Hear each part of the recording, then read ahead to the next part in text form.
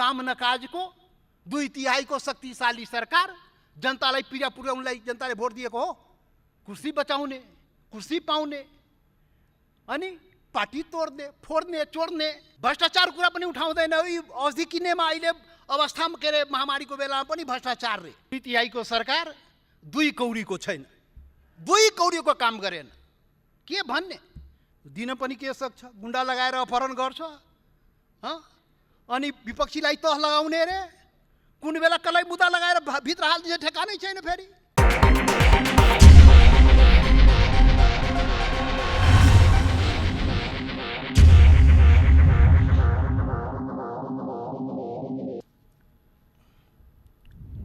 सम्माननीय सभामुख महोदय,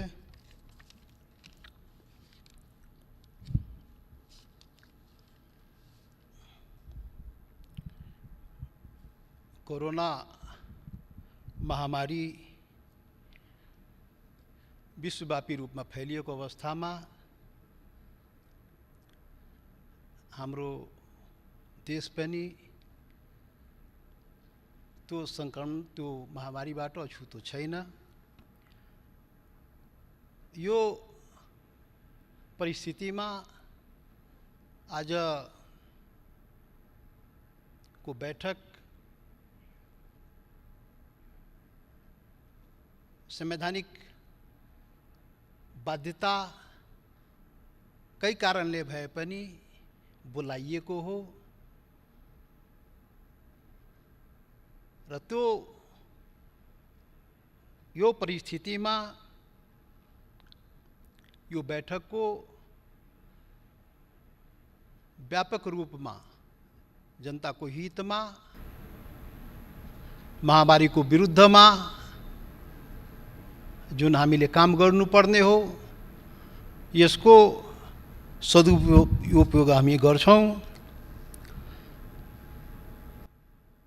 त्यसैले सरकारलाई आफ्नो बजेट अधिवेशनको लागि बोलाइएको भए पनि जनतालाई परिरहेको कष्ट, पीडा समेत यो बैठकको माध्यमबाट हामी उठाउन पाउनेछौँ। यो सन्दर्भमा सर्वप्रथम विश्वभरि कोरोनाको संक्रमणबाट, यो महामारीबाट जान गुमाएका, विश्वभरिका जान गुमाउनेहरूप्रति श्रद्धाञ्जली व्यक्त गर्न चाहन्छु। यो कोरोना महामारीबाट संक्रमित भई उपचार गराइराख्नुभएका विश्वभरिका मानव जाति, हाम्रा नेपाली देशमा वा विदेशमा जहाँ भए पनि उहाँहरूको शीघ्र स्वास्थ्य लाभको कामना यो अवसरमा गर्न चाहन्छु। साथै यो कोरोना महामारी, यो लडाईँमा अग्रपंक्तिमा सङ्घर्ष गरिरहेका हाम्रा चिकित्सकहरू, नर्सहरू, स्वास्थ्यकर्मीहरू, सुरक्षाकर्मीहरू, एम्बुलेन्समा काम गर्ने लगायत प्रत्यक्ष रूपले यो महामारीको विरुद्धमा सङ्घर्ष गरिरहेका आफ्ना जानका बाजी लगाएर यो काममा जनताको, पीडित जनताको सेवामा लागेको सबै प्रति म आफ्नो तर्फबाट र आफ्नो पार्टीको तर्फबाट आभार व्यक्त गर्न चाहन्छु, हार्दिक धन्यवाद पनि दिन चाहन्छु। आजको दिनमा हामी यो महामारीको विरुद्धमा सम्पूर्ण नेपाली, सारा नेपाल राजनीतिक दल, नागरिक समाज, सञ्चार माध्यम, सम्पूर्ण देश एक भएर यो महामारीको विरुद्धमा लड्नुपर्ने आवश्यकता हो र यसमा हामी सम्पूर्ण देशवासी एकताबद्ध भएर यो हाम्रो साझा, यो महामारीबाट जोगाउने, जोगिने र यसलाई परास्त गर्ने यो हाम्रो साझा दायित्व हो। त्यसैले हामी सबै नेपाली, सबै तबका सबै हामी मिलेर एकताबद्ध भएर यसको विरुद्धमा हामी काम गरिरहेछौँ। यो अवसरमा यो पीडादायी लकडाउन जुन बाध्यकारी अवस्था हो जीवन रक्षाको लागि, यो लकडाउनमा यो 1.5 महिनाभन्दा करिब 50 दिन हुन लागिसकेको अवस्थामा यो चाहिँ नेपाली जनता अति पीडाका साथ भए पनि लकडाउनलाई हामीले जुन पालना हाम्रा नागरिकहरू हामीहरू सबैले गरिरहेकोमा त्यसप्रति पनि म आभार व्यक्त गर्दै धन्यवाद दिन चाहन्छु सम्पूर्ण नेपाली दाजुभाइ दिदीबहिनीमा। आज अब यो बैठकमा यो पुरै दुःखद अवस्था, पुरा विश्व नै दुःखद अवस्थामा रहेको हाम्रो नेपाल पनि, हामी नेपाली पनि यो महामारी सङ्क्रमणबाट यो चाहिँ पीडामै रहेको अवस्थामा यो संसद बैठक आज प्रारम्भ भएको छ। म सभामुख महोदय, म सम्झिन चाहन्छु प्रथम बैठक, आज छौथो बैठक भइरहेछ। प्रथम बैठक हुँदाखेरि हामी कति खुसी थियौँ, हामी सम्पूर्ण नेपाली जनता धेरै खुसी थियौँ। प्रथम बैठक सुरु हुँदाखेरि हामीहरू अब यो जनताले यति शक्तिशाली सरकार बनाएको छ, 2/3 झन्डै 2/3 को सरकार बनाएको छ।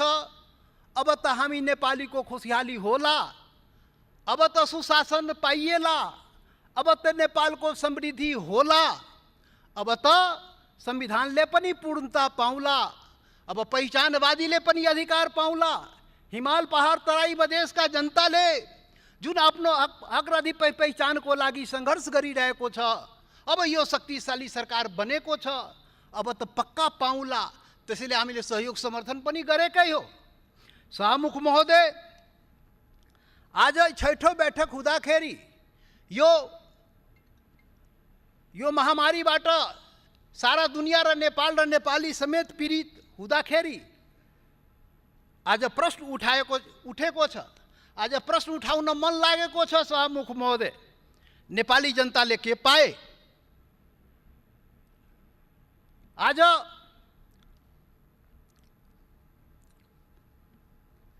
नेपाली जनता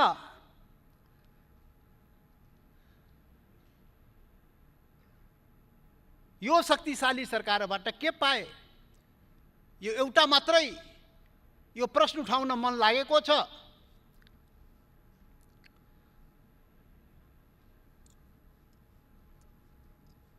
त्यो जुन सपना हामीले देखा थियौँ,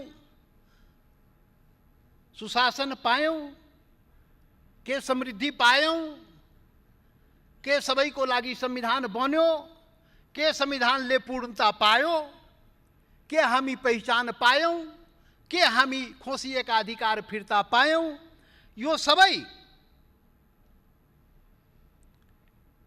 सबै सवाल आज उठाउँदैन सभामुख महोदय, आज उठाउँदैन। निर्वाचित सांसद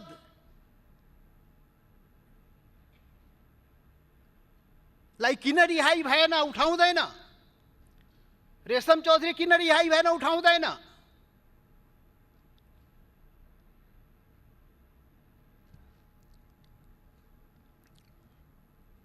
आज केही कुरा उठाउँदैन। आज एउटा मात्रै कुरा उठाउन मन लागेको छ।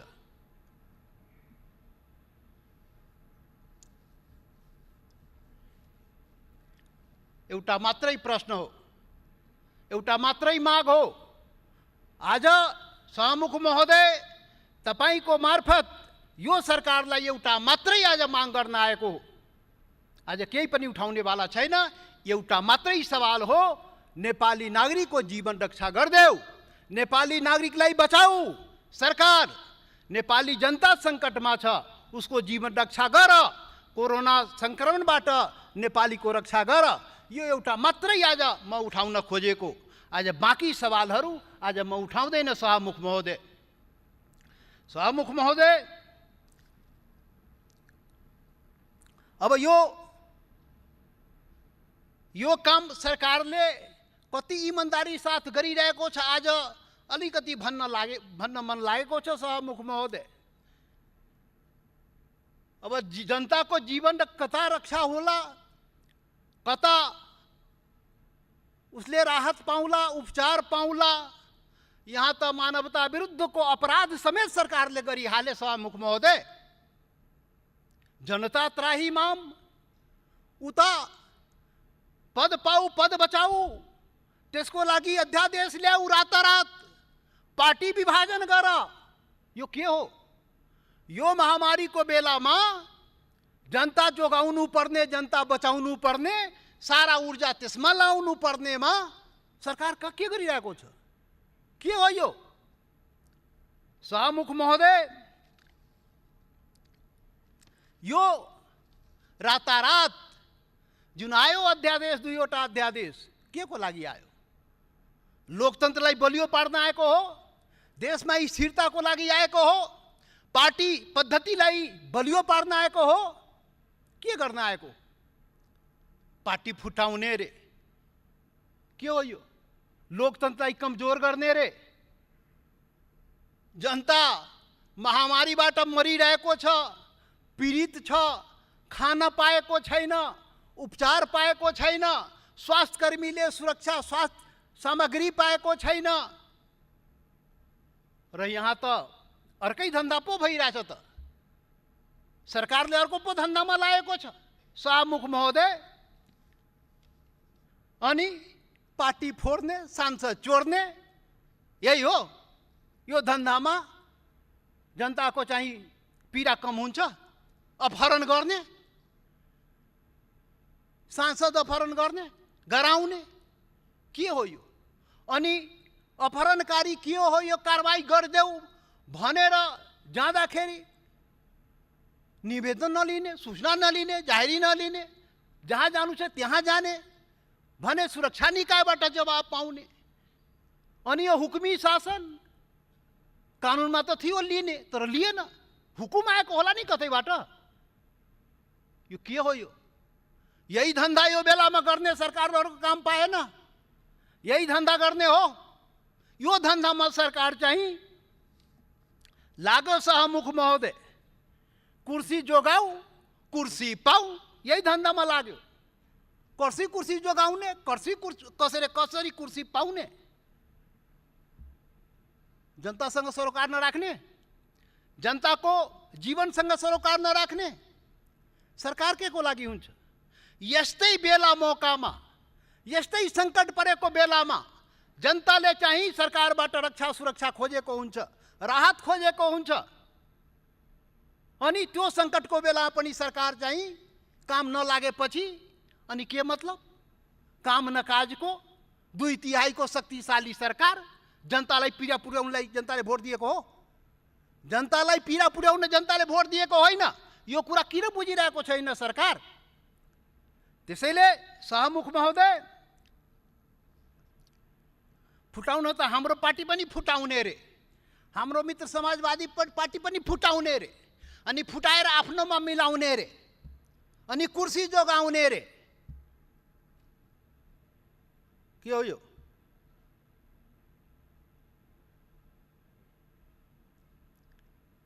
सरप्राइज, रातारात सरप्राइज, ओभरनाइट पार्टीलाई पनि थाहा नभएको रे। अनि अध्यादेश आइदियो, सरप्राइज। हामी त के सोचेको थियौँ भने अब जनताको लागि ठुलो प्याकेज आउँदैछ यो कोरोना विरुद्धमा लड्नलाई, जनताको हितको लागि ठुलो सरप्राइज चाहिँ आउँदैछ रे। यहाँ त पो खोदा पहाड निक्ला चुहिया, यहाँ त अर्कै पो सरप्राइज आएको रहेछ त। कुर्सी बचाउने, कुर्सी पाउने, अनि पार्टी तोड्ने, फोड्ने, चोर्ने, अपहरण गर्ने, यस्ता यस्ता काम त हामीले पनि यस्तो सरप्राइज नेपाली जनतालाई चाहिएको छैन। यस्तो सरप्राइज पीडा पुर्याउने सरप्राइज, काम न काजको हामीले पनि सरप्राइज देखाइदिउँ ल। फोर त, फोर न हामीलाई। हामी पनि रातारात एकता गरेर देखाइदिउँ ल फोर, हामी पनि सरप्राइज गरेर देखाइदियौ। त त्यही हो। त्यसैले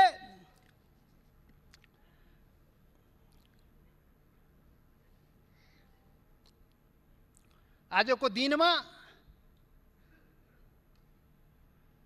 2/3 को सरकार 2 कौडीको छैन, 2 कौडीको काम गरेन। के भन्ने पीडा जनताको आजको यो पीडित अवस्थामा यस्तो गतिविधि सरकारले गरेपछि भन्ने के त 2/3 को सरकार 2 कौडीको काम नगर्ने, अनि यस्तो हो, यो भएन। आज म पहिले नै भने आज उठाउँदैन, आज संविधान संशोधन कुरा पनि उठाउँदैन, आज अधिकारको कुरा उठाउँदैन, के उठाउँदैन, आज त भ्रष्टाचार कुरा पनि उठाउँदैन। औषधि किन्नेमा अहिले अवस्थामा के अरे महामारीको बेलामा पनि भ्रष्टाचार रे, त्यो पनि उठाउँदैन। निर्मला पन्तको बलात्कारीले ल्याउ त्यो पनि उठाउँदैन। वाइट बडीमा के गर्यो त्यो पनि उठाउनेवाला छैन। आज सुन काण्डमा के भयो त्यो पनि उठाउँदैन। आज ल घर घरमा ग्यासको नल्ली पुग्यो, पाइपलाइन पुग्यो त्यो पनि उठाउँदैन, उठाउँदैन, केही पनि नउठाउने, केही पनि माग्दैन। क्षमता नभएको, एजेन्डा नभएको सरकारसँग के माग्ने, के माग्ने, केही नमाग्ने। दिन पनि के सक्छ, गुन्डा लगाएर अपहरण गर्छ, अनि विपक्षीलाई तह लगाउने रे, कुन बेला कसलाई मुद्दा लगाएर भित्र हाल्दिन्छ ठेकानै छैन। फेरि यस्तो छ। त्यसैले यो सरकारले कुर्सीको लडाइँ गर्न जान छ है, यो त्यसमा चाहिँ सिपालु, कुर्सी चाहिँ पाउने, कुर्सी जोगाउने, त्यसमा चाहिँ बडा सिपालु छ। त्यो त बडा रातोरात गर्दो रहेछ त।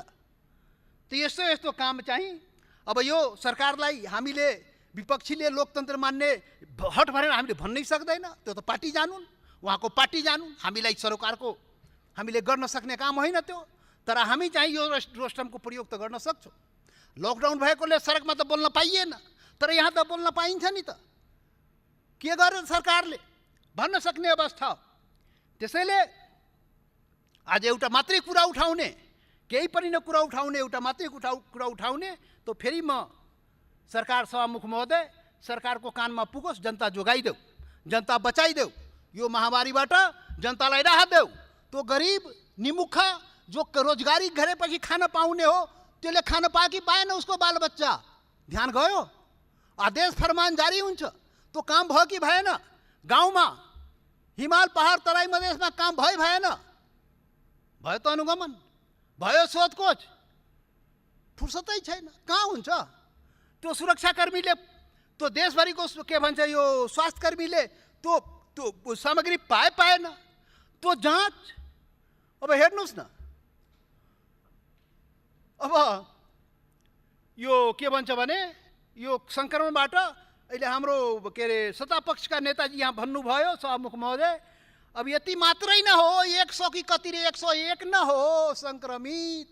अरे कतिको जाँच गर्यो, कतिको जति विदेशबाट आयो त्यतिको पनि जाँच गर्यो सरकारले, 50औं दिन भइसक्यो,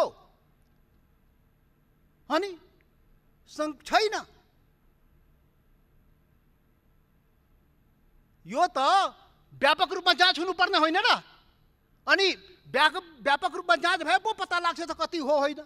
एउटा एउटा परिवारबाट 17वटा निस्किन्छ, जाँचै नगर्ने, अनि कछुवाको गतिमा चाहिँ यो चाहिँ के अरे कोरोना टेस्ट चाहिँ गर्ने, अनि छैन भने पिठी थपथपाउने, यो भएन।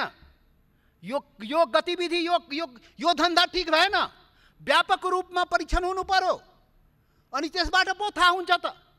हामी सांसद हिजो चाहिँ टेस्ट गरायौँ, छैन रे, के अरे कुनै सांसदमा निस्किएन रे। अब भोलिदेखि के भन्छ, जनताले क्षेत्रमा बोलाउँछ नि त, जानु पर्यो नि त।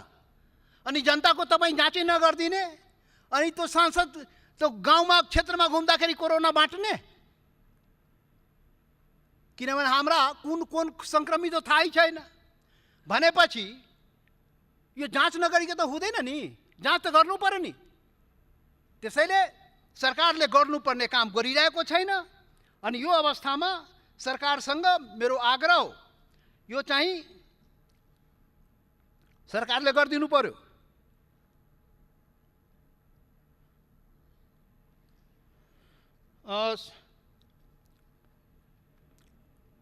सभामुख महोदय, आजलाई छुट्यो। अब टाइम हुन त मैले भन्नुभएकै छैन, अनि छोटो र मोटो के हो यो? अब आफ्नो कुरा त राख्नै पाउनुपर्छ नि। अब 50 दिनपछि अब लकडाउनमा मुखमा पनि ताल लाएर बस्नुपर्ने थियो, बल्ल त बोल्न पाइएको छ। त्यसैले सभामुख महोदय, यो चाहिँ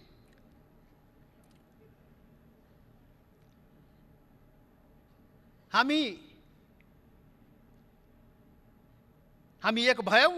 त्यो चाहिँ जनता समाजवादी पार्टीको रूपमा जनताले विकल्प खोजिरहेको छ। किनभने तपाईहरूले राम्रो काम गरे सरकारले, सभामुख महोदय, त्यसले जनताले विकल्प खोजिरहेको छ। यो मुलुकमा एउटा विकल्प खोजेको छ, वैकल्पिक शक्ति खोजेको छ।